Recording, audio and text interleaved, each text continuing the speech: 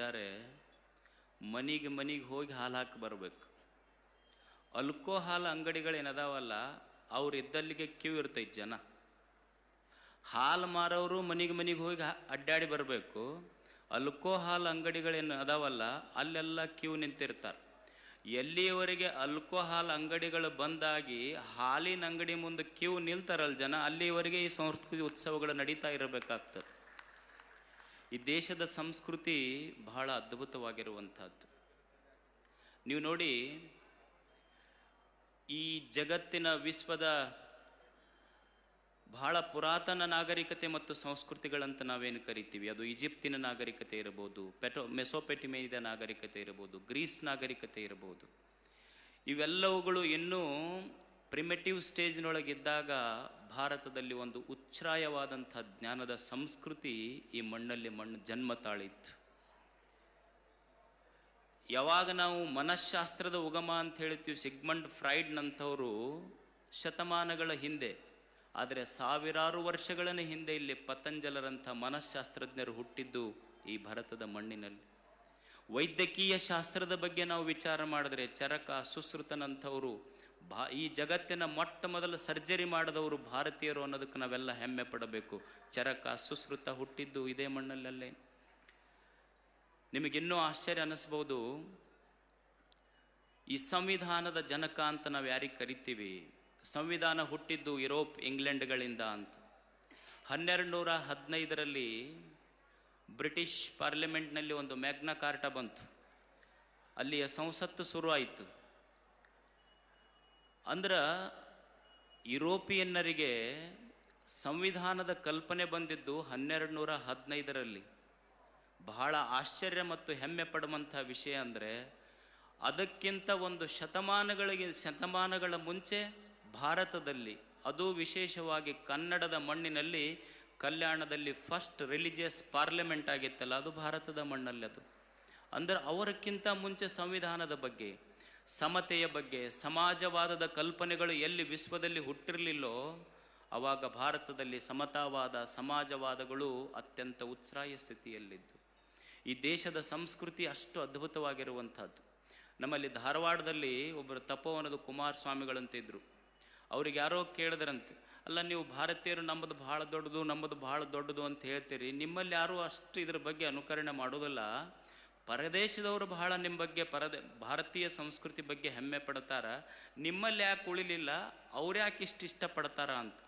ಅವಾಗ ಅವ್ರು ಹೇಳಿದ್ರಂತೆ, ನೋಡು, ಮಾಡಾಗೋದು ಒಂದು ಜಾಗದಾಗ ಆಗ್ತೈತಿ, ಮಳೆ ಆಗೋದು ಬೇರೆ ಕಡೆ ಆಗ್ತೈತಿ. ಹಂಗೆ ಈ ಸಂಸ್ಕೃತಿಯ ಅಧ್ಯಾತ್ಮದ ಮೋಡ ಕಟ್ಟಿದ್ದು ಭಾರತ ದೇಶದ ಮೇಲೆ, ಅದು ಮಳೆ ಆಗಾಕತ್ತಿದ್ದು ಬೇರೆ ಕಡೆ ಆಗಾಕತ್ತೈತಿ ಈಗ ಅಂತ ಹೇಳಿದ್ರಂಥವ್ರು.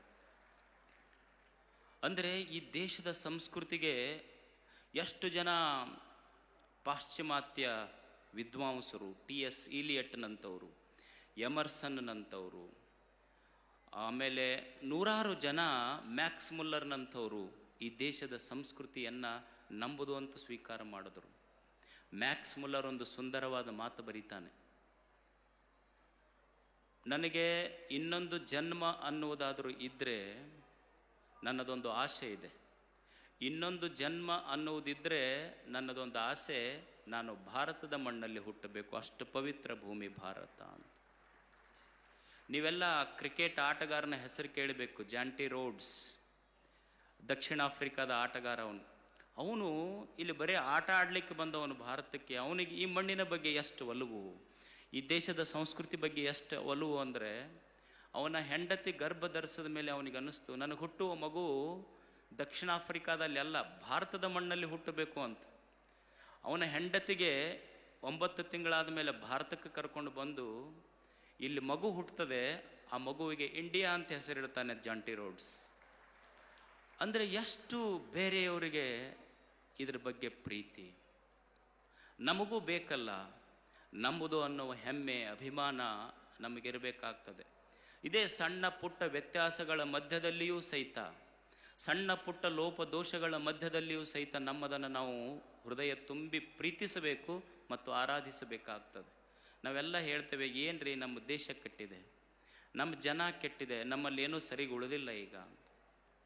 ಯಾರೋ ಒಂದಿಷ್ಟು ಜನ ಮಣ್ಣು ಮಾರಿಕೊಂಡವ್ರನ್ನ ನೋಡಿ, ಯಾರೋ ಒಂದಿಷ್ಟು ಜನ ದನ ತಿನ್ನುವ ಮೇವು ಮಾರ್ಕೊಂಡವ್ರು ನೋಡಿ ನಮ್ಮ ದೇಶ ಕೆಟ್ಟೈತಿ ಅಂತ ಅನ್ನಬಾರ್ದು.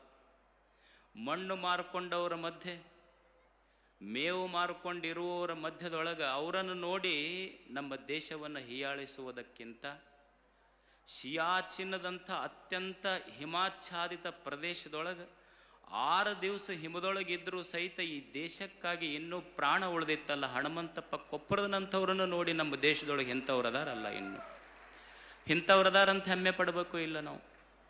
ಬರೇ ವೀರಪ್ಪನಂಥವ್ರಿಗೆ ನೋಡಿ ನಮ್ಮ ದೇಶ ಕೆಟ್ಟೈತಿ ಅನ್ನೋದಕ್ಕಿಂತ ವಿಶ್ವೇಶ್ವರಯ್ಯನವರು ಹುಟ್ಟಿದಂಥ ಭೂಮಿಯಲ್ಲಿ ನಾವು ಹುಟ್ಟಿವಿ ಅಂತ ಹೆಮ್ಮೆ ಪಡಬೇಕಾಗ್ತದೆ.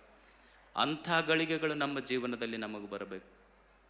ಈ ದೇಶವನ್ನು ಕಟ್ಟಲಿಕ್ಕೆ ಸಾವಿರ ಜನ ಅವರು ತ್ಯಾಗ, ಅವರು ಬಲಿದಾನಗಳು ನಮಗೆಲ್ಲ ಇವತ್ತು ನಾವಿಷ್ಟು ಆರಾಮಾಗಿ ಕುಂತೀವಿ ಅಂದರೆ ಅವರ ಕೊಡುಗೆ ಬಹಳ ದೊಡ್ಡದಿದೆ.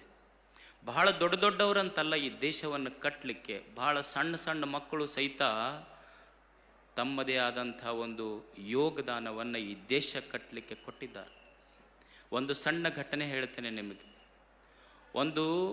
ಇದು 1947ಕ್ಕಿಂತ ಮುಂಚೆ ಯಾವಾಗ ಬ್ರಿಟಿಷ್ ಸಾಮ್ರಾಜ್ಯ ಭಾರತದಲ್ಲಿತ್ತು, ಆವಾಗ ಬ್ರಿಟಿಷರು ಭಾರತೀಯರು ಭಾರತದ ಧ್ವಜವನ್ನು ಎಲ್ಲಿ ಹಾರಿಸುವ ಹಾಗಿರಲಿಲ್ಲ. ಭಾರತದ ತ್ರಿವರ್ಣ ಧ್ವಜ ಹಾರಿಸಿದ್ರೆ ಅವ್ರಿಗೆ ಒಯ್ದು ಜೈಲು ಶಿಕ್ಷೆ ಹಾಕ್ತಿದ್ರು, ಜೈಲಿಗೆ ಹಾಕ್ತಿದ್ರು. ಒಂದು ಸಣ್ಣ ಹುಡುಗ 6-7ನೇ ಕ್ಲಾಸ್ ಓದುವಂಥ ಒಂದು ಸಣ್ಣ ಮಗು ಬ್ರಿಟಿಷರ ಕಚೇರಿಯ ಮೇಲೆ ಹೋಗಿ ಭಾರತದ ಧ್ವಜ ಹಾರಿಸ್ತು. ದೊಡ್ಡವರೆಲ್ಲ ನಾ ಹೇಳೋದು, 6-7ನೇ ಕ್ಲಾಸ್ ಓದುವಂಥ ಮಗು ಹೋಗಿ ಬ್ರಿಟಿಷರ ಆಡಳಿತ ಕಚೇರಿಯ ಮೇಲೆ ಭಾರತದ ತ್ರಿವರ್ಣ ಧ್ವಜ ಹಾರಿಸ್ತು. ಬ್ರಿಟಿಷರು ಆ ಹುಡುಗ ಗುಂಡು ಹಾಕಿದ್ರು. ಆ ಹುಡುಗನಿಗೆ ಆಸ್ಪತ್ರೆಗೆ ಕರ್ಕೊಂಡು ಹೋದ್ರು. ಆ ಹುಡುಗ ಹಿ ವಾಸ್ ಇನ್ ಕೋಮಾ. ಆ ಮಗು ಕೋಮಾದೊಳಗಿತ್ತು. ಸ್ವಲ್ಪ ಪ್ರಜ್ಞೆ ಬಂದ ಮೇಲೆ ಕೇಳ್ತಾನೆ, ನನಗೆ ಎಲ್ಲಿ ಹಾಕ್ಯಾರ? ಅವ್ರು ಸುತ್ತ ಇದ್ದವ್ರು ಹೇಳ್ತಾರೆ, ನಿನಗೆ ದವಾಖಾನೆಯಲ್ಲಿ ಹಾಕ್ಯಾರ. ನಾ ಇಲ್ಯಾಕೆ ಬಂದೇನೆ? ಅವಾಗ ಹೇಳ್ತಾರ, ನೀನು ಭಾರತದ ಧ್ವಜ ಹಾರಿಸುವಾಗ ಬ್ರಿಟಿಷರು ನೀನು ಗುಂಡು ಹಾಕಿದ್ರು, ಅದಕ್ಕೆ ಕೋಮಾದಾಗ ಹೋಗಿ ನೀನು. ಇಷ್ಟಂದ ತಕ್ಷಣ ನೇರವಾಗಿ ಆ ಹುಡುಗ ಕೇಳಿದ ಪ್ರಶ್ನೆ, ಬ್ರಿಟಿಷರು ಹಾಕಿದ ಗುಂಡು ನನ್ನ ಎದೆಯೊಳಗಿಂದ ಹೋಗೈತೋ ಅಥವಾ ಬೆನ್ನಾಗಿಂದ ಬಂದೈತೋ? ಡಾಕ್ಟ್ರಿಗೆ ಆಶ್ಚರ್ಯ, ನೀನು ಈಗೋ ಆಗೋ ಒಂದು ಕ್ಷಣದಲ್ಲಿ ಸತ್ತು ಹೋಗ್ತೀಯಾ? ಬ್ರಿಟಿಷರ್ ಹಾಕಿದ ಗುಂಡು ನಿನ್ನ ಎದೆಯೊಳಗಿಂದ ಹೋದರೆ ಏನಾಗಬೇಕಾಗಿದೆ, ಬ್ರಿಟಿಷರ್ ಹಾಕಿದ ಗುಂಡು ನಿನ್ನ ಬೆನ್ನೊಳಗಿಂದ ಬಂದರೆ ಏನಾಗಬೇಕಾಗಿದೆ? ಇಲ್ಲ, ನೀವು ಮೊದಲು ಹೇಳಲೇಬೇಕು. ಯಾಕಂದ್ರೆ ಬ್ರಿಟಿಷರ್ ಹಾಕಿದ ಗುಂಡು ನನ್ನ ಎದೆಯೊಳಗಿಂದ ಹೋಗಿದ್ರೆ ನನ್ನ ದೇಶದ ಜನರಿಗೆ ಗೊತ್ತಾಗ್ತದೆ, ಈ ಹುಡುಗ ಬ್ರಿಟಿಷರ ಗುಂಡಿಗೆ ಎದೆಗೊಟ್ಟು ಹೋರಾಡುವಾಗ ಅವರು ಗುಂಡು ಹಾಕ್ಯಾರ ಅಂತ ಗೊತ್ತಾಗ್ತೈತಿ. ಅಕಸ್ಮಾತ್ ಅವರು ಬೆನ್ನ ಹಿಂದೆ ಗುಂಡು ಹೋಗಿತ್ತು ಅಂದ್ರೆ ಅವರ ಗುಂಡಿಗೆ ಹೆದರಿ ಓಡಿ ಹೋಗುವಾಗ ಇವನು ಬೆನ್ನಿಗೆ ಗುಂಡು ಹಾಕ್ಯಾರ ಅನ್ನುವ ತಪ್ಪು ಸಂದೇಶ ನನ್ನ ರಾಷ್ಟ್ರದ ಜನತೆಗೆ ಹೋಗಬಾರ್ದು ಅಂತ ಸಣ್ಣ ಮಗು ಅಂತಾರೆ. ಅಲ್ಲೇನು ಈ ಮಣ್ಣು ಎಷ್ಟು ದೊಡ್ಡದು ಹೇಳಿ. ಇದರ ಮಧ್ಯದಲ್ಲಿ ನಾವು ಪ್ರೀತಿಸಬೇಕಾಗ್ತದೆ. ಒಬ್ಬ ಕುರಿ ಕಾಯುವ ಹುಡುಗ ಕವಿರತ್ನ ಕಾಳಿದಾಸ ಆಗಿ ನಿರ್ಮಾಣ ಆಗಿದ್ದು ಇದೇ ಮಣ್ಣಲ್ಲಿ. ಅಲ್ಲೇನು ಗುಡಿಸಿಲಿನಲ್ಲಿದ್ದುಕೊಂಡು ಸಾಮ್ರಾಜ್ಯ ಕಟ್ಟಿದ ಚಾಣಕ್ಯ ಬೆಳೆದಿದ್ದು ಇದೇ ಮಣ್ಣಲ್ಲಿ. ಅಲ್ಲೇನು ಬೀದಿ ದೀಪದ ಕೆಳಗಡೆ ಹೋಗಿ ಓದಿ ಈ ದೇಶಕ್ಕೊಂದು ಸಂವಿಧಾನ ಕೊಟ್ಟಂತ ಅಂಬೇಡ್ಕರ್ ಅಂಥವರು ಹುಟ್ಟಿದ್ದು ಇದೇ ಮಣ್ಣಲ್ಲಿ. ಅಲ್ಲೇನು ಒಬ್ಬ ಬೋಟು ಕಟ್ಟುವವನ ಮಗ ಒಬ್ಬ ವಿಜ್ಞಾನಿ ರಾಷ್ಟ್ರಪತಿಯಾಗಿ ಬೆಳೆದಿದ್ದು ಸಹಿತ ಇದೇ ಮಣ್ಣಲ್ಲಲ್ಲೇನು. ಇದು ಅಷ್ಟು ಅದ್ಭುತ ಮಣ್ಣು, ಅಷ್ಟು ಅದ್ಭುತ ಸಂಸ್ಕೃತಿ ಈ ದೇಶದ್ದು. ದೊಡ್ಡವರು ಬೆಳೆದಿದ್ದಾರೆ. ಇದು ಒಂದಿಷ್ಟು ಸುಂದರ ಮನಸ್ಸುಗಳ ಕಲ್ಪನೆ ಇದೆ ಇಲ್ಲಿ. ಇದು ಭಾರತ ವಿಕಾಸ ಆಗಬೇಕು. ಅದಕ್ಕಾಗಿ ಇಲ್ಲಿ ಭಾರತ ವಿಕಾಸ ಸಂಗಮ. ವಿಕಾಸ ಅನ್ನುವುದನ್ನು ನಮ್ಮ ಗೊಗಾಯಿ ಅವರು ಭಾಳ ಸುಂದರವಾಗಿ ಹೇಳ್ತಾ ಇದ್ರು. ಇದು ವಿಕಾಸ ಅನ್ನುವುದು ಇದು ಕೇವಲ ಭೌತಿಕವಾಗಿ ಅಲ್ಲ, ಅದು ಆಂತರಂಗಿಕವಾಗಿ ಭೌತಿಕವಾಗಿ ಎರಡೂ ಆಗಬೇಕು. ಭೌತಿಕ ವಿಕಾಸ ಸಮೃದ್ಧಿಯನ್ನು ತಂದರೆ, ಆಂತರಂಗಿಕ ವಿಕಾಸ ಅದು ಸಂತೋಷ ಸಮಾಧಾನಗಳನ್ನು ತರ್ತದೆ. ಗೊಗೋಯಿ ಹೇಳ್ತಾ ಇದ್ರು, ವಿಕಾಸ ಅಂದರೆ ಬರೇ ಭೌತಿಕವಾಗಿ ಆಗುವುದಲ್ಲ. ನಾವೇನು ತಿಳ್ಕೊಂಡಿವು, ಸುಂದರವಾದ ಕಟ್ಟಡಗಳನ್ನು ಕಟ್ಟಿದ್ರೆ ಅದು ವಿಕಾಸ ಏನು? ಭಾರತ ಹೋಗಿ ಬೇರೆ ದೇಶಗಳ ಮೇಲೆ ಆಕ್ರಮಣ ಮಾಡಿ ದೇಶ ವಿಸ್ತಾರ ಅದರದ್ದು ವಿಕಾಸ ಏನು? ಅಥವಾ ಈಗಿರೋ ಜನಸಂಖ್ಯೆ ಸಾಲದೇನು? ನಮಗಿನ್ನೂ ಒಂದಿಷ್ಟು ಜನಸಂಖ್ಯೆ ಬಹಳ ಮಾಡಿದ್ರೆ ಈ ದೇಶ ವಿಕಾಸ ಆದಂಗೆ ಅಲ್ಲ. ಎಷ್ಟು ಜನಸಂಖ್ಯೆ ಇದೆ ನೋಡಿ, ಏನು ಕಡಿಮೆ ಇದೆ ಏನು ಹೇಳಿ. ಯಾರೋ ಒಬ್ಬರಿಗೆ 24 ಮಕ್ಕಳಾಗಿದ್ದು ಅಂತ, ಬೇರೆ ಕೆಲಸನೇ ಇರಲಿಲ್ಲ ಅವನಿಗೆ. 24 ಮಕ್ಕಳು ಮನೆಯಾಗೆಲ್ಲ ಓಡಾಡ್ತಿದ್ದು.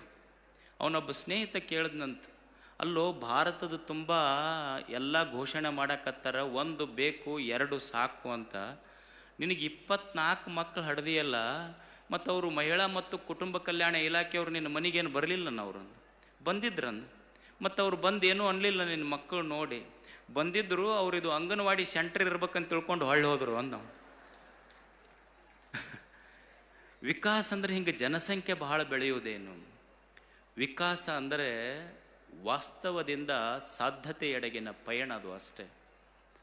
ಈಗ ನೋಡಿ, ಒಂದು ಮೊಗ್ಗಿದೆ, ಅದು ಹೂವಾಗಿ ಅರಳಿ ಸುಗಂಧ ಬೀಸ್ತು ಅಂದರೆ ಅದು ವಿಕಾಸ. ಅದು ವಾಸ್ತವದಿಂದ ಸಾಧ್ಯತೆಯೆಡೆಗಿನ ಪ್ರಯಾಣಕ್ಕೆ ನಾವು ವಿಕಾಸ ಅಂತ ಕರಿತೀವಿ.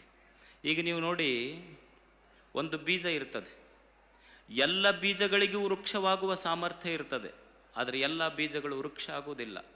ಕೆಲವು ಬೀಜಗಳು ಮಾತ್ರ ಈ ಮಣ್ಣಿನ ಸತ್ವವನ್ನು ಹೀರಿ ವೃಕ್ಷವಾಗ್ತವೆ. ಬೀಜ ವಾಸ್ತವ, ವೃಕ್ಷವಾಗುವುದು ಅದು ಸಾಧ್ಯತೆ, ಅದು ಸಾಮರ್ಥ್ಯ, ಅದು ಪೊಟೆನ್ಷಿಯಾಲಿಟಿ. ಅದು ಬೀಜ ವಾಸ್ತವ, ವೃಕ್ಷ ಸಾಧ್ಯತೆ. ಅದು ಬಿಂದು ಎಲ್ಲೋ ಮಹಾಬಳೇಶ್ವರದ ಎಲ್ಲೋ ಬಿದ್ದಂಥ ಗುಡ್ಡದಲ್ಲಿ ಬಿದ್ದಂಥ ಒಂದು ಹನಿ, ಅದು ವಾಸ್ತವ. ಕೃಷ್ಣೆಯಾಗಿ ಮೈತುಂಬಿ ಹರಿತಾಳಲ್ಲ, ಇದು ಸಾಮರ್ಥ್ಯ. ಇದು ಬಿಂದು ಸಿಂಧುವಾಗುವ ಸಾಮರ್ಥ್ಯ. ಇದು ಸಿದ್ಧಾರ್ಥ ವಾಸ್ತವ, ಗೌತಮ ಬುದ್ಧ ಸಾಮರ್ಥ್ಯ. ಇದು ನರೇಂದ್ರನಾಥ ವಾಸ್ತವ, ವಿವೇಕಾನಂದ ಇದು ಸಾಧ್ಯತೆ. ಇದು ಕಗ್ಗೋಡು ಏನಿದೆ, ಇದೊಂದು ಪುಟ್ಟ ಹಳ್ಳಿ, ಇದು ವಾಸ್ತವ. ಈ ಪುಟ್ಟ ಹಳ್ಳಿಯಲ್ಲಿ ಭಾರತೀಯ ಸಂಸ್ಕೃತಿಯ ದರ್ಶನ ಆಗಿದೆಯಲ್ಲ, ಇದು ಸಾಮರ್ಥ್ಯ, ಇದು ಸಾಧ್ಯತೆ, ಇದು ವಿಕಾಸ. ಇದು ವಿಕಾಸ ಸಂಗಮ. ಇದು ನೀವು ನೋಡಿ, ಯಾಕೆ ಮನುಷ್ಯನಿಗೆ ಇದು ಸ್ಪೆಷಲ್ ಕ್ವಾಲಿಟಿ. ನೀವೊಂದು ಟೇಬಲ್ ಇದೆ, table is just a table. Chair ಇದೆ, chair is just a chair, but child is a being. Table is a thing, but child is a being. Child is a process. ಒಂದು ಮಗು, it is A ತಬುಲ ರಸ. ದಾರ್ಶನಿಕರಂತಾರೆ ತಬುಲ ರಸ. ಇದು ಅಂದರೆ ಅಗಮ್ಯ ಶಕ್ತಿಗಳನ್ನು ತನ್ನೊಡಲೊಳಗೆ ಇಟ್ಕೊಂಡು ತಾಯಿಯ ಗರ್ಭದಿಂದ ಒಂದು ಮಗು ಈ ಭೂಮಿಗೆ ಬರ್ತದೆ. 100 ವಿಕಾಸ ಸಾಧ್ಯಗಳನ್ನು ಅದರೊಳಗೆ ಅಡಗಿಸಿಟ್ಟಿದ್ದಾನೆ ದೇವರು. ಅಕಸ್ಮಾತ್ ಈಗ ನೋಡಿ, ಮನುಷ್ಯ ಬರೀ ಉಸಿರು ತಗೊಳ್ಳೋದು ಬಿಡೋದು, ಉಸಿರು ತಗೊಳ್ಳೋದು ಬಿಡೋದು, ಹಿಂಗೆ ಒಂದು ದಿವಸ ಸತ್ತು ಹೋಗಿಬಿಟ್ರೆ there is no meaning in life. ನೀ ಬರೀ ಉಸಿರು ತಗೊಳ್ಳೋದು ಉಸಿರು ಬಿಡೋದು, ಹಿಂಗೆ ಒಂದು ದಿವಸ ಸತ್ತು ಹೋದಿ ಅಂದರೆ it is called slow death. We should not grow old, we should grow up. That is ವಿಕಾಸ. ಅದು ವಿಕಾಸ. ಅದು ನಾವು ಮೇಲೆ ಬೆಳೀತಾ ಹೋಗಬೇಕು, ಎತ್ತರಕ್ಕೆ ಬೆಳೀತಾ ಹೋಗಬೇಕು, ಹೃದಯ ವಿಕಾಸ ಆಗ್ತಿರಬೇಕು. ಅದು ವಿಕಾಸ ಸಂಗಮ. ಅದು ಅಂಥ ಕಲ್ಪನೆಗಳನ್ನು ಇಟ್ಟುಕೊಂಡು ಇಲ್ಲಿ ಸಾವಿರಾರು ಜನರಿಗೆ, 100 ಜನರಿಗೆ ಪಾಟೀಲ್ಜಿ ಅಂಥವರು ಕೂಡಿಸಿದ್ದಾರೆ. ಈ ವಿಕಾಸ ಸಂಗಮದಲ್ಲಿ ಬಂದಂಥವ್ರು ಯಾರ್ಯಾರು ಗೊತ್ತೇನು? ಯಾವ ಹಾಲಿವುಡ್, ಬಾಲಿವುಡ್, ಸ್ಯಾಂಡಲ್ವುಡ್ಗಳ ಸ್ಟಾರ್ ಬಂದಿಲ್ಲ. ಇಲ್ಲಿ ಬಂದವರೆಲ್ಲ ವುಡ್ಡಿನಿಂದ ಬಂದವರಲ್ಲ, ಈ ಮಡ್ಡಿನಿಂದ ಬಂದಂಥ ಹೀರೋಗಳೆಲ್ಲ. ಇಲ್ಲಿ ಬಂದಂಥವ್ರು ಯಾರು ರೀಲ್ ಹೀರೋಗಳಲ್ಲ. ಇಲ್ಲಿ ಬಂದಂಥವರೆಲ್ಲ ರಿಯಲ್ ಹೀರೋಗಳಿಗೆ ಆಮಂತ್ರಣ ಕೊಟ್ಟಾರ. ಇದು ರಿಯಲ್ ಹೀರೋಗಳ ಆಮಂತ್ರಣ. ಇದು ಉತ್ಸವ, ವಿಕಾಸ ಸಂಗಮ. ಕಾಲಿಲ್ಲದ ಹೆಣ್ಮಗಳು ಮೌಂಟ್ ಎವರೆಸ್ಟ್ ಹತ್ತಿದ ಅರುಣಿಮಾ ಸಿನ್ಹಾ ಬಂದಿದ್ಲಿ. ಇಲ್ಲಿ ಕಾಲೇ ಇಲ್ಲ, ಮೌಂಟ್ ಎವರೆಸ್ಟ್ ಹತ್ತಿದಾಳೆ. ನಮಗೆ 2 ಕಾಲು ಚಲೋ ಅದಾವ, ಇನ್ನೂ ನಮ್ಮ ಮನೆ ಮ್ಯಾಳಿಗೆ ಸೈಲ ಹತ್ತಿಲ್ಲ ನಾವು ಒಂದು ದಿವಸ. ಕಾಲಿಲ್ಲದ ಹೆಣ್ಮಗಳು ಮೌಂಟ್ ಎವರೆಸ್ಟ್ ಹತ್ತಿಗೆ ಬಂದಿದ್ಲಿ. ಅಂಥವ್ರ ಸಂಗಮ ಇದು. ಸಿಂಧು ತಾಯಿ ಸತ್ಕಾಲ್, ಮಕ್ಕಳೇ ಇಲ್ಲ ಆಕೆಗೆ. ಸುಮಾರು 1000 ಅನಾಥ ಮಕ್ಕಳನ್ನು ಕರ್ಕೊಂಡು ಬಂದು ಆಮಂತ್ರಣ ಮಾಡಿದ್ರು. ಬಂದಿದ್ಲ? ಆಕೆ ಬರುವಂಥ ವೇದಿಕೆ ಇದು. ಮಕ್ಕಳೇ ಇಲ್ಲ ಆಕೆಗೆ. 1000 ಅನಾಥ ಮಕ್ಕಳನ್ನು ರೈಲ್ವೆ ಸ್ಟೇಷನ್, ಬಸ್ ಸ್ಟ್ಯಾಂಡ್ಗಳಲ್ಲಿ ಬಿದ್ದಂಥ ಮಕ್ಕಳನ್ನು ಕರ್ಕೊಂಡು ಬಂದು ಜೋಪಾನ ಮಾಡುವಂಥ ರಿಯಲ್ ಹೀರೋಗಳು ಇಲ್ಲಿ. ಆಕೆಗೆ ಮಕ್ಕಳಿಲ್ಲ, 1000 ಮಕ್ಕಳ ತಾಯಿ. ಒಂದು ಸತ್ಯ ಈ ಜಗತ್ತರಿಬೇಕಲ್ಲ, ತಾಯಿಯಾಗದವಳು ಬಂಜೆಯಲ್ಲ, ತಾಯಿಯಾಗದವಳು ಬಂಜೆಯಲ್ಲ, ತಾಯ್ತನವನ್ನು ಅನುಭವಿಸಿದವಳು ಬಂಜೆಯಾಗ್ತಾಳೆ ಅನ್ನುವ ಸತ್ಯ ನಾವೆಲ್ಲ ಅರ್ಥ ಮಾಡ್ಕೋಬೇಕಾಗ್ತದೆ. ಚನ್ನವೀರ ಕಣವಿ ಸಾಲು ಮರದ ತಿಮ್ಮಕ್ಕನ ಬಗ್ಗೆ ಅಷ್ಟು ಸುಂದರ ಮಾತು ಬರೀತಾರೆ. ಸಾಲು ಮರದ ತಿಮ್ಮಕ್ಕನಿಗೆ ಮಕ್ಕಳಿರಲಿಲ್ಲ, ಗಿಡಗಳನ್ನೇ ಮಕ್ಕಳಂತ ತಿಳ್ಕೊಂಡ್ಲು. ಬಂಜೆ ಎಂಬ ಶಬ್ದದ ನಂಜ ಬಿಡಿಸಿದ, ಬಂಜೆ ಎಂಬ ಶಬ್ದದ ನಂಜ ಬಿಡಿಸಿದ ಅಮರ ತಿಮ್ಮಕ್ಕ ನೀ ಸಾಲು ಮರದ ತಿಮ್ಮಕ್ಕ ಅಂತ. ಬಂಜಿ ಅನ್ನುವ ಶಬ್ದದ ನಂಜ ಬಿಡಿಸಿ ಹೋಗ್ಬಿಡ್ತು ನಿನ್ನಿಂದ ಅಂತ. ಅಲ್ಲೇ ಅರುಣಿಮಾ ಸಿನ್ಹಾನ್ ಅಂತವರು, ಸಿಂಧು ತಾಯಿ ಅಂಥವರು. ಇಲ್ಲೊಂದು ಆಶ್ಚರ್ಯದ ಘಟನೆ ನಡೆದಿದೆ. ನೀವು ನೋಡಿ, ನಮಗೆ ದೇವರು 100 ಎಕರೆ ಜಮೀನು ಕೊಟ್ಟಾನ. ಆದರೂ ನಾವು ಅಂತೀವಿ 100 ಎಕರೆ ಜಮೀನು ಕೊಟ್ಟಾನ್ರಿ, ಒಂದು ಬೆಳೆನೂ ಬೆಳೆಯೋಕ್ಕಾಗಿಲ್ಲ ನಮ್ಗೆ ಅಂತ. 100 ಎಕರೆ ಜಮೀನಿದ್ರು ಒಂದು ಬೆಳೆ ಬೆಳೆಯೋಕ್ಕಾಗಿಲ್ಲ. ಆದರೆ ಇಲ್ಲಿ 1 ಎಕರೆ ಜಮೀನದೊಳಗೆ 100 ಬೆಳೆ ಬೆಳೆದು ತೋರಿಸಿದಂಥ ವಿಕಾಸ ಸಂಗಮ ಇದು ವಿಕಾಸ ಸಂಗಮ. ಈ ರೀತಿಯಾಗಿ ವಿಕಾಸದ ಕಲ್ಪನೆಯನ್ನು ಕಟ್ಟಿದವರವರು. ಅದಕ್ಕಾಗಿ ಇದು ಭಾರತ ವಿಕಾಸ ಸಂಗಮದ ಮೂಲಕ ಮಾತೃ ಸಂಗಮ, ಧರ್ಮ ಸಂಗಮ, ಕೃಷಿ ಸಂಗಮ, ಯುವ ಸಂಗಮ, ಇಂದು ಗ್ರಾಮ ಸಂಗಮ. ಇದು ಹಿಂದಿನ ನಮ್ಮ ಹಿರಿಯರೆಲ್ಲ ನಂಬ್ಕೊಂಡು ಬಂದಿದ್ದೇನು? ಗ್ರಾಮೋದಯವೇ ರಾಷ್ಟ್ರೋದಯ. ಯಾವಾಗ ಗ್ರಾಮಗಳು ಉದಯ ಆಗ್ತದೆ ಅವಾಗ ರಾಷ್ಟ್ರೋದಯ ಆಗ್ತೈತಿ.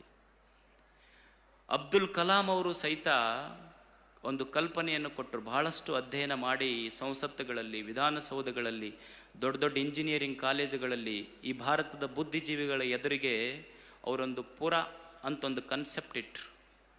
PURA, ಪುರ ಅಂದರೆ providing urban amenities to rural area. ಅಂದ್ರೆ ಏನು ನಾವು ಇವತ್ತು ಪಟ್ಟಣಗಳಿಗೆ ಫೆಸಿಲಿಟೀಸ್ಗಳನ್ನು, ಇನ್ಫ್ರಾಸ್ಟ್ರಕ್ಚರ್ ಕೊಡ್ತೀವಿ, ಅದನ್ನು ಹಳ್ಳಿಗಳಿಗೆ ಕೊಟ್ಟರೆ ಹಳ್ಳಿಗಳ ಉದ್ಧಾರ ಆಗ್ತದೆ. ಗಾಂಧೀಜಿಯವರು ಹೇಳಿದ್ರು, ಭಾರತ ಅನ್ನೋದು, ಯಾರೋ ಕೇಳಿದ್ರಂತೆ ಗಾಂಧೀಜಿಯವರಿಗೆ, ಭಾರತ ಎಲ್ಲಿದೆ, ನಾನು ಭಾರತವನ್ನು ಕಾಣಬೇಕಾಗಿದೆ ಅಂತ. ಗಾಂಧೀಜಿ ಹೇಳ್ತಾರೆ, ಭಾರತ ಅನ್ನೋದು ಕುತುಬ್ ಮಿನಾರದಲ್ಲಿಲ್ಲ, ಭಾರತ ಅನ್ನೋದು ಖಜುರಾಹೋದಲ್ಲಿಲ್ಲ. ನೀವು ಭಾರತ ನೋಡಬೇಕಾದ್ರೆ ಹಳ್ಳಿಗಳಿಗೆ ಹೋಗಿ ಹಳ್ಳಿಯ ಜನರ ಹೃದಯದಲ್ಲಿ ಭಾರತದ ದರ್ಶನ ಆಗ್ತದೆ. ನಿಜವಾದ ಭಾರತ ನಿಂತಿರುವುದು ಹಳ್ಳಿಗಳ ಮೇಲೆ. ಇವತ್ತು ಸುಮಾರು 5,96,000ಕ್ಕಿಂತ ಹೆಚ್ಚು ಹಳ್ಳಿಗಳು ಭಾರತದಲ್ಲಿವೆ. ಅಂದರೆ ಭಾರತದಲ್ಲಿ ಇದು ಹಳ್ಳಿಗಳ ದೇಶ. ಇದು ಇವತ್ತು ಬಹಳಷ್ಟು ಮಂದಿ ನಾವು ಮಾತನಾಡ್ತೇವೆ ಸ್ಮಾರ್ಟ್ ಸಿಟೀಸ್ ಬಗ್ಗೆ. ಭಾರತ ವಿಕಾಸ ಆಗೋದು ಬರೇ ಸ್ಮಾರ್ಟ್ ಸಿಟೀಸ್ ಆದರೆ ಭಾರತ ವಿಕಾಸ ಆಗುವುದಿಲ್ಲ. ಎಲ್ಲಿಯವರೆಗೂ ವಿಲೇಜ್ಗಳು ಸ್ಮಾರ್ಟ್ ಆಗೋದಿಲ್ಲ, ಅಲ್ಲಿಯವರೆಗೆ ಈ ದೇಶದ ವಿಕಾಸ ಕಾಣೋ ಕಲ್ಪನೆ ಬಹಳ ಕಷ್ಟ ಆಗ್ತದೆ. ಸ್ಮಾರ್ಟ್ ವಿಲೇಜ್ಗಳಾಗಬೇಕಾಗ್ತದೆ. ಮೊಟ್ಟ ಮೊದಲನೇದಾಗಿ ನಮಗೇನು ಬೇಕು ಅಂದರೆ, ನಮ್ಮ ಹಳ್ಳಿಗಳ ಬಗ್ಗೆ ನಮಗೆ ಅಭಿಮಾನ ಇರಬೇಕು. ನಮ್ಮ ಹಳ್ಳಿ ಬಗ್ಗೆ ನಮಗ ಅಭಿಮಾನ ಇರದೇ ಇದ್ರೆ ಬೇರೆ ಊರವ್ರಿಗೆ ಹೆಂಗೆ ಬರ್ತದೆ ಹೇಳಿ? ನಮ್ಮ ಹಳ್ಳಿಯ ಬಗ್ಗೆ ನನಗೆ ಅಭಿಮಾನ ಇರಬೇಕು ಮೊದಲು. ಈಗ ನಾವು ಮನೆ ಕಟ್ಟಿಸ್ತೀವಿ, ಮನೆ ಕಟ್ಟಿಸುವಾಗ ಒಬ್ಬ ಸಾಮಾನ್ಯವಾಗಿ ಹಳ್ಳ್ಯಾಗ ಮನೆ ಕಟ್ಟಿಸಿದವನು ಇವತ್ತು ಅಂತಿರ್ತಾನೆ, ನಾನು ಮನೆ ಭಾಳ ದೊಡ್ಡ ಪ್ರಮಾಣದಾಗ ಕಟ್ಸೀನ್ರೆ, 50 ಲಕ್ಷ ಖರ್ಚು ಮಾಡಿ ಕಟ್ಸೀನಿ. ಏನೇನು ಮಾಡಿಯಪ್ಪ ಮನ್ಯಾಗ? ಅದ್ರದ್ದೆಲ್ಲ ಮಾರ್ಬಲ್ ಹಾಕಿನಲ್ರಿ, ಇಟಾಲಿಯನ್ ಮಾರ್ಬಲ್ ತಂದೀನಿ ನಾನು. ಅವೇನು ಗೋಡೆಗಳಿಗೆಲ್ಲ ವಾಲ್ ಹಾಕಿನಲ್ಲ, ಚೈನಾ ವಾಲ್ ಅದೆಲ್ಲ. ಅವು ಟೈಲ್ ಅದಾವಲ್ಲ, ಚೈನಾ ಟೈಲ್. ಮತ್ತು ಎಲೆಕ್ಟ್ರಿಕಲ್ ಸಾಮಾನು ಏನು ತಂದಿನಲ್ಲ, ಎಲ್ಲ ಜಪಾನ್ದು. ಮತ್ತು ಪ್ಲಂಬಿಂಗ್ ಐಟಮ್ಸ್ ಏನೆಲ್ಲ ತಂದಿನಲ್ಲ, ಜರ್ಮನಿದು. Dining table ಐತೆಲ್ಲ ಅಮೇರಿಕಾದ್ದು. ಹಳ್ಳ್ಯಾಗಿದ್ದ ಮನುಷ್ಯ ಹೇಳ್ತಾನೆ, ಹೌದಪ್ಪ ಕರೆಕ್ಟು, ನೀ ಹಾಕಿದ ಮಾರ್ಬಲ್ ಇಟಾಲಿಯನ್, ನೀ ನೋಡಿಸಿದ ಜಳಗಳೆಲ್ಲ ನೆಳಗಳು ಜರ್ಮನಿ, ನಿನ್ನ ಎಲೆಕ್ಟ್ರಿಫಿಕೇಶನ್ ಎಲ್ಲ ಇದ್ದಿದ್ದು ಜಪಾನ್, ನಿನ್ನ ಊಟದ ಡೈನಿಂಗ್ ಟೇಬಲ್ ಐತೆಲ್ಲ ಅಮೇರಿಕದ. ಖರೆ ಡೈನಿಂಗ್ ಟೇಬಲ್ ಅಮೇರಿಕಾದಿರ್ಬೋದು, ಆದರೆ ಡೈನಿಂಗ್ ಟೇಬಲ್ ಮೇಲೆ ಇಟ್ಟ ಪುಂಡಿ ಪಲ್ಯ ರೊಟ್ಟಿ ಕಗ್ಗೋಡದ್ದಲ್ಲಪ್ಪ, ಅದೇನು ಬೇರೆದ್ದಲ್ಲ. ನಮ್ಮದು ಅನ್ನುವ ಅಭಿಮಾನ ನಮಗೆ ಬೇಕಾಗ್ತದೆ. ನಮ್ಮದು ಅನ್ನುವ ಅಭಿಮಾನ ನಮಗಿರದೇ ಇದ್ದರೆ ದೇಶ ಹೇಗೆ ಬದುಕ್ತವೆ ಹೇಳಿ? ಅದು ನಮ್ಮದು ಅನ್ನೋ ಅಭಿಮಾನ ನಮಗೆ ಬೇಕಾಗ್ತದೆ.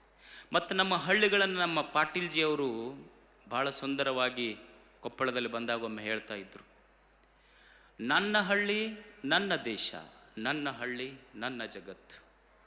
ಮೈ village my country, my village is my world.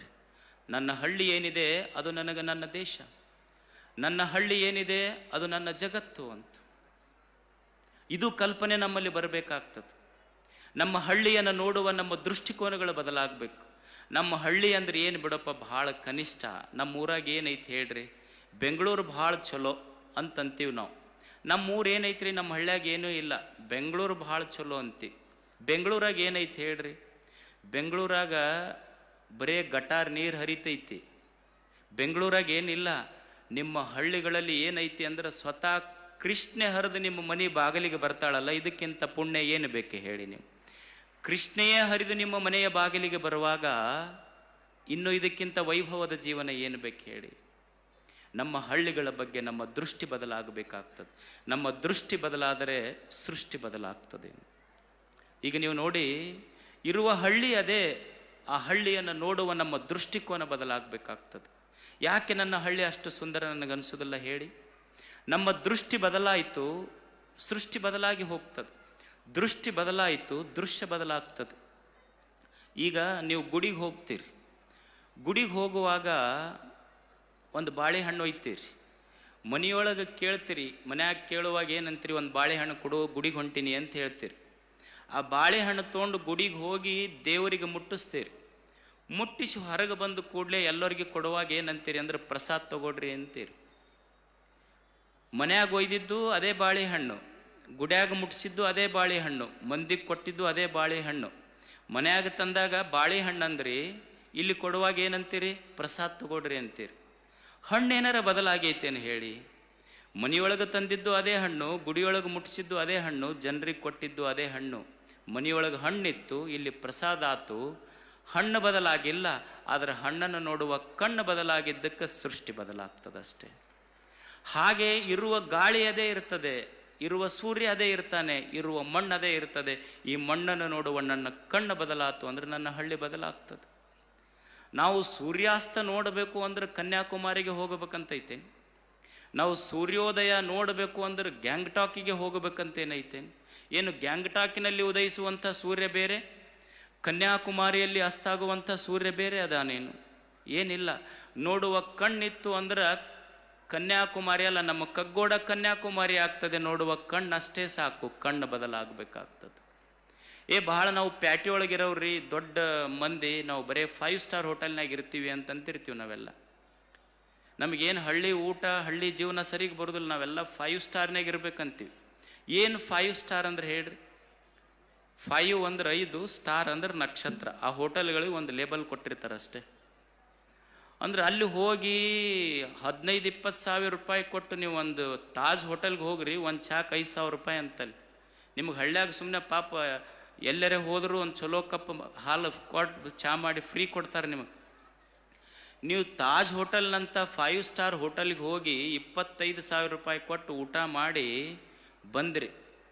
ನಿಮಗೆ ಬೇಕಾದದ್ದೋ ಬೇಡಾದದ್ದೋ ಉಂಡ್ರಿ, ತಿಂದ್ರಿ, ಕುಡಿದ್ರಿ, ಬಂದ್ರಿ.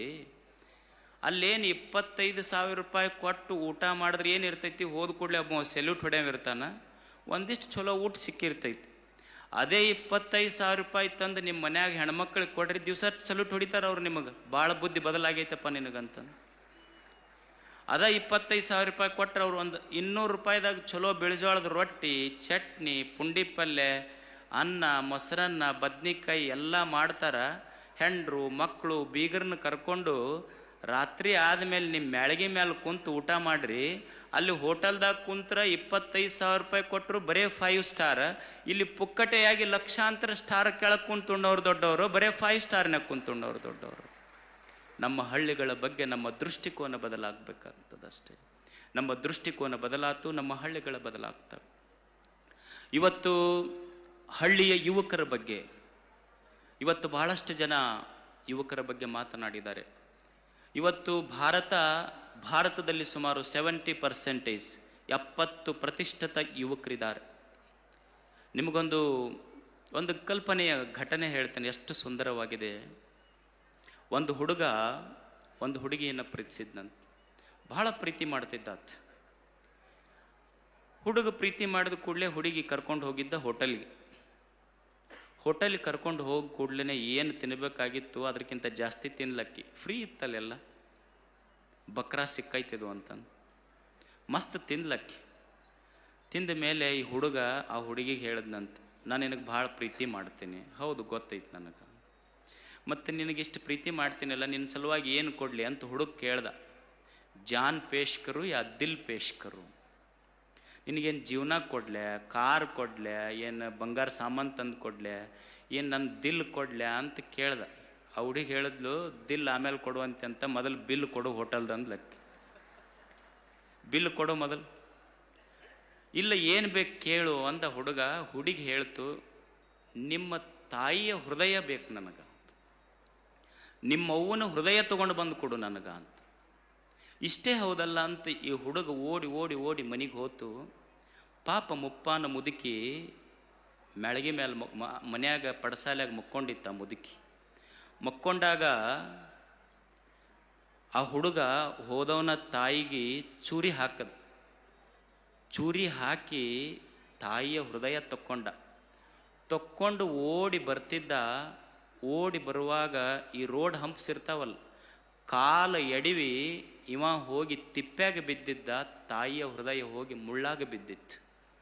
ಮುಳ್ಳಾಗ ಬಿದ್ದಂಥ ತಾಯಿಯ ಹೃದಯ ಅಂತಿತ್ತು, ಯಪ್ಪ ನಿನಗೆಲ್ಲರ ನೋವು ಆತೇನೋ ಅಂತ ಮಗನಿಗಂತಿತ್ತು ಅದು ಹೃದಯ. ನೀವು ನೋಡಿ, ಮಗ ಚೂರಿ ಹಾಕಿ ಬಂದರೂ ಸಹಿತ ತಾಯಿ ಹೃದಯಕ್ಕೆ ನೋವು ಆಗಲಿಲ್ಲ. ಯಾವಾಗ ತಾಯಿ ಹೃದಯಕ್ಕೆ ನೋವು ಆಗ್ತೈತಿ ಅಂದ್ರೆ, ದುಡಿದ ಮನೆಗೆ ಬರುವ ಮಗ ಸಾಯಂಕಾಲ ಕುಡ್ದ ಮನೆಗೆ ಬಂದ ಅಂದ್ರೆ ತಾಯಿ ಹೃದಯಕ್ಕೆ ನೋವು ಆಗ್ತೈತಿ, ತಂದೆಯ ಹೃದಯಕ್ಕೆ ನೋವು ಆಗ್ತೈತಿ. ಅದಕ್ಕೆ ಇವತ್ತು ಯುವಕರು ನೋಡಿ, ಯಾವ ವಯಸ್ಸಿನಲ್ಲಿ ಭಗತ್ ಸಿಂಗ್, ಸುಖದೇವ್, ರಾಜಗುರು ಅಂಥವರು ಈ ದೇಶಕ್ಕಾಗಿ ಪ್ರಾಣ ಕೊಟ್ಟರು, ನಮ್ಮ ಯುವಕರು ಗುಟ್ಕಾ, ಮಾಣಿಕ್ ಚಂದಗಳಿಗೆ ತಮ್ಮ ಪ್ರಾಣವನ್ನೇ ಕಳ್ಕೊಳ್ತಾ ಇದ್ದಾರೆ. ಆ ಯುವಕರ ಸಬಲೀಕರಣ ಆಗಬೇಕು ಅನ್ನುವುದಕ್ಕಾಗಿ ಇವತ್ತು ಪಾಟೀಲ್ಜಿಯವರು ಎಷ್ಟು ಕನಸುಗಳನ್ನು ಕಟ್ಟಿಕೊಂಡವರು. ನಿಮಗೊಂದು ಘಟನೆ ಹೇಳ್ತೇನೆ. ಬಾಬರ್ ಅಲಿ ಅಂಥೇಳಿ ಒಂದು ಹುಡುಗ, ನೀವು ವೆಬ್ಸೈಟ್ನೊಳಗೆ ಹೋದರೆ ಈ ಹೆಸರು ಹೊಡೆದ್ರೆ ಸಿಗ್ತದೆ ನಿಮಗೆ, ಬಾಬರ್ ಅಲಿ. ಪಶ್ಚಿಮ ಬಂಗಾಳದೊಳಗೆ ಈ ಹುಡುಗ ಒಂದು ಪುಟ್ಟ ಹಳ್ಳಿಯಲ್ಲಿದ್ದಂಥ ಯುವಕ, ಮುರ್ಷಿದಾಬಾದ್ ಅಂಥೇಳಿ. ಅಲ್ಲಿ ಸುತ್ತ 5-6 ಕಿಲೋಮೀಟರ್ ಶಾಲೆಗಳೇ ಇರಲಿಲ್ಲ. ಅಂಥ ಹಳ್ಳಿಯಲ್ಲಿ ಆ ಹುಡುಗ 9 ವರ್ಷದವನಿದ್ದಾಗ, ಏನು ನಮ್ಮ ಹಳ್ಳಿಗಳ ಜನ ಮಕ್ಕಳು ಬೇರೆ ಶಾಲೆಗೆ ಹೋಗ್ಬೇಕಂದ್ರೆ 5-6 ಕಿಲೋಮೀಟರ್ ನಡೆದು ಹೋಗಬೇಕು ಅಂತ ತಿಳ್ಕೊಂಡು ಆ ಹುಡುಗ ಒಂದು ಶಾಲೆ ಶುರು ಮಾಡ್ತಾನೆ. ಒಂದು ಶಾಲೆಯನ್ನು ಶುರು ಮಾಡಿ ಒಂದು ಸಣ್ಣ ಗುಡಿಯಲ್ಲಿ ಶುರು ಮಾಡ್ತಾನೆ, ಗುಡಿಸಿಲಿನಲ್ಲಿ ಶುರು ಮಾಡ್ತಾನೆ. ಇವತ್ತು ಅವನಲ್ಲಿ ಎಷ್ಟು ಮಕ್ಕಳಿದಾವೆ ಅಂದರೆ, ಒಂದು ಕೊನೆಗೆ ಮುನ್ಸಿಪಾಲ್ಟಿ ಪರ್ಮಿಷನ್ ತೊಗೊಂಡು ಒಂದು ಶಾಲೆ ಶುರು ಮಾಡ್ದ. ನಿಮಗೆ ಆಶ್ಚರ್ಯ ಅನ್ನಿಸ್ಬೋದು, ಇವತ್ತಲ್ಲಿ 10 ಜನ ಶಿಕ್ಷಕರ ಕೆಲಸ ಮಾಡ್ತಾರೆ. ಅವನಿಗೆ 16 ವರ್ಷ. BBC ಅವರು ಅವನಿಗೊಂದು ಅವಾರ್ಡ್ ಕೊಟ್ಟಿದ್ದಾರೆ. He is the youngest head master of the world ಅಂತ. ಅವನು ಸಣ್ಣ ಹುಡುಗ ಒಂದು ಶಾಲೆ ಕಟ್ಟಿದ್ದಾನೆ, ಡೊನೇಷನ್ ಲೆಸ್ ಸ್ಕೂಲ್. ಅಂದರೆ ಯುವಕರು ಮನಸ್ಸು ಮಾಡಿದ್ರೆ ಈ ದೇಶ ಕಟ್ಟುವಲ್ಲಿ ಬಹಳ ಮುಂದುವರಿಬೋದು. ಸ್ವಚ್ಛತೆಯ ಬಗ್ಗೆ ಹಳ್ಳಿಗಳಲ್ಲಿ ಹಿಂದೆ ಏನಿತ್ತು ಅಂದರೆ ಕ್ವಿಟ್ ಇಂಡಿಯಾ ಅಂತಿತ್ತು. ಆವಾಗ ಸ್ವಾತಂತ್ರ್ಯ ಪೂರ್ವದಲ್ಲಿ ಕ್ವಿಟ್ ಇಂಡಿಯಾ. ಇವಾಗ ನಮಗೆ ಬೇಕಾಗಿದ್ದು ಕ್ವಿಟ್ ಇಂಡಿಯಾ ಅಲ್ಲ, ಕ್ಲೀನ್ ಇಂಡಿಯಾ ಬೇಕಾಗಿದೆ, ಸ್ವಚ್ಛ ಭಾರತ ನಮಗೆ ಬೇಕಾಗಿದೆ. ಇವತ್ತು ಹಳ್ಳಿಗಳಲ್ಲಿ ನೀವೆಲ್ಲ ನೋಡ್ತೀರಿ, ಪಾಪ ಹೆಣ್ಮಕ್ಳು ಎಷ್ಟು ಅಸಹ್ಯಕರ ಪರಿಸ್ಥಿತಿಗಳು. ನೀವು ಹಳ್ಳಿ ರೋಡ್ನೊಳಗೆ ಹೋಗ್ರಿ, ಇವತ್ತಿಗೂ ಸಹಿತ ಶೌಚಾಲಯಗಳಿಲ್ಲ. ಈ ದೇಶದೊಳಗೆ ಹೆಂಡತಿ ಸಲುವಾಗಿ ತಾಜ್ ಮಹಲ್ ಕಟ್ಟಿಸಿದವ್ರು ಅದಾರ, ಆ ದೇಶದೊಳಗೆ ಹೆಂಡತಿ ಸಲುವಾಗಿ ಒಂದು ಶೌಚಾಲಯ ಕಟ್ಟಿಸಿದ ಗಂಡ್ಮಕ್ಳು ಈ ದೇಶದೊಳಗೆ ಅದಾರ ಅನ್ನೋದೇ ಒಂದು ದೊಡ್ಡ ಇತಿಹಾಸ ಇದು. ಹೆಣ್ಮಕ್ಳ ಪರಿಸ್ಥಿತಿ ಎಷ್ಟು ಗಂಭೀರ ಆಗ್ತದೆ. ಗಂಡ್ಮಕ್ಳೇನು ಬಿಡ್ರಿ, ನೀವು ಅವ ಚುಟ್ಟ ಹಚ್ಕೊಂಡು ಕುಂತಿರ್ತಾನ, ನೀವು ಈ ಕಡೆಯಿಂದ ಲೈಟ್ ಹಾಕ್ರಿ, ಈ ಕಡೆ ಮಾರಿ ತಿರುಗಿಸ್ತಾನೆ ನಾವು. ಮತ್ತು ನೀವು ಆ ಕಡೆಯಿಂದ ಲೈಟ್ ಹಾಕ್ರಿ, ಈ ಕಡೆ ಮಾರಿ ತಿರುಗಿಸ್ತಾನೆ. ಮತ್ತು ಈ ಕಡೆ ಮಾರಿಗೆ ತಿರುಗಿಸ್ಯಾನಂತ ನೀವು ಎದರಿಂದ ಲೈಟ್ ಹಾಕ್ರಿ, ನೀವ ಲೈಟ್ ಆಫ್ ಮಾಡ್ಕೊಂಡು ಹೋಗ್ಬೇಕು, ಅವ ಏನು ಹೇಳೋದಲ್ಲ ನಾವು. ಸ್ವಚ್ಛ ಭಾರತ ನಿರ್ಮಾಣ ಆಗಬೇಕು, ಯುವಕರು ಸಬಲೀಕರಣ ಆಗಬೇಕು, ಕೃಷಿ ಕ್ಷೇತ್ರ ಬೆಳಿಬೇಕು, ಅದು ಹಳ್ಳಿಗಳ ಮೂಲ ಆದಾಯ. ಇದ್ರ ಜೊತೆ ಇವೆಲ್ಲ ಬೇಕಾಗಬೇಕಾದ್ರೆ ನಮ್ಮಲ್ಲೊಂದು ಸಂಕಲ್ಪ ಇರಬೇಕು, ಸಾಹಸ ಇರಬೇಕು, ಸೇವೆ ಇರಬೇಕು. ಇವು ಮೂರು ಬಹಳ ಮುಖ್ಯ. ಒಂದು ಸಂಕಲ್ಪ, ಇನ್ನೊಂದು ಸಾಹಸ, ಇನ್ನೊಂದು ಸೇವೆ. ಇವು ಮೂರು ಮುಖ್ಯ.